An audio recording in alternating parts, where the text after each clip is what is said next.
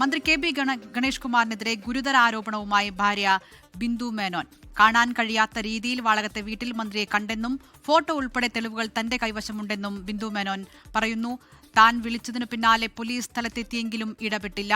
മുമ്പ് തന്നെ ഉപദ്രവിച്ചിരുന്നുവെന്നും തനിക്ക് സംശയരോഗമെന്ന് പ്രചരിപ്പിച്ചുവെന്നും ബിന്ദു മേനോൻ പറഞ്ഞു. എന്നാൽ ആരോപണം മന്ത്രി തള്ളി.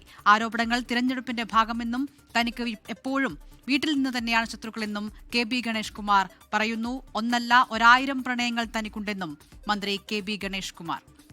വ്യക്തിപരമായ കാര്യങ്ങളെ സൈബർ ഇടങ്ങളിൽ ആക്രമിക്കുന്നത് പൈസ കൊടുത്ത് രാഷ്ട്രീയം, ഇവിടെ കോൺഗ്രസ് UDF നടത്തുന്ന ഒരു രാഷ്ട്രീയമാണത്. അതിനകത്ത് BJPയും പങ്കാളിയാണ്. ഗണേഷ് കുമാറിന് പ്രണയമുണ്ടോ എന്ന് ചോദിച്ചാൽ മാധവിക്കുട്ടിക്ക് പ്രണയം ഉണ്ടായിരുന്നോ എന്ന് ചോദിക്കുന്ന പോലെ ഉള്ളൂ. മനസ്സിലായോ? നിങ്ങളിൽ പ്രണയിക്കാത്തവരാരാണ്?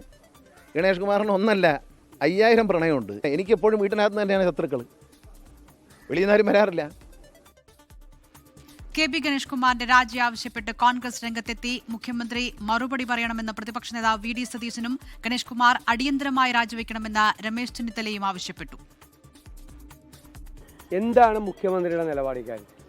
മുഖ്യമന്ത്രിയുടെ പോലീസാണ് ഒരു സ്ത്രീ ഫോണിൽ വിളിച്ചിട്ട്, ഒരു മന്ത്രിയുടെ ഭാര്യ ഫോണിൽ വിളിച്ചിട്ട് അവിടെ വന്ന് എന്താണെന്ന് അന്വേഷിക്കാതെ അവർ തിരിച്ചു വരുന്നതിന് മുമ്പ് അവരെ കാണാതെ നേരെ അതേ ജീപ്പിൽ തന്നെ തിരിച്ചു പോയത്.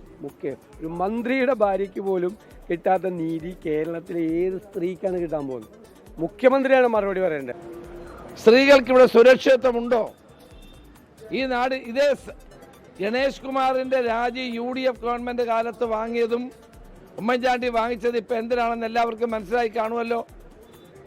അപ്പോൾ സ്വന്തം ഭാര്യ വെളിപ്പെടുത്തിയ വസ്തുതകൾ കേട്ടാൽ അറയ്ക്കുന്ന കാര്യങ്ങൾ സമൂഹത്തിന്റെ മുന്നിലുണ്ട്. ഈ മന്ത്രിയെ ഇനി മന്ത്രിസഭയിൽ വെച്ചുകൊണ്ട് പോകുന്നതിൽ എന്തർത്ഥമാണുള്ളത്? എത്രയും പെട്ടെന്ന് രാജി വാങ്ങണം, അല്ലെങ്കിൽ അദ്ദേഹം രാജിവെച്ച് പുറത്തു പോകണം. വിഷയത്തിൽ പാർട്ടി സംസ്ഥാന ഘടകം പ്രതികരിക്കുമെന്നാണ് CPM general secretary MA baby പറഞ്ഞത്.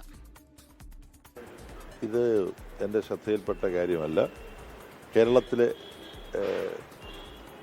ചുമതലപ്പെട്ട ആളുകൾ ഈ വിഷയത്തെക്കുറിച്ച് പ്രതികരിക്കും.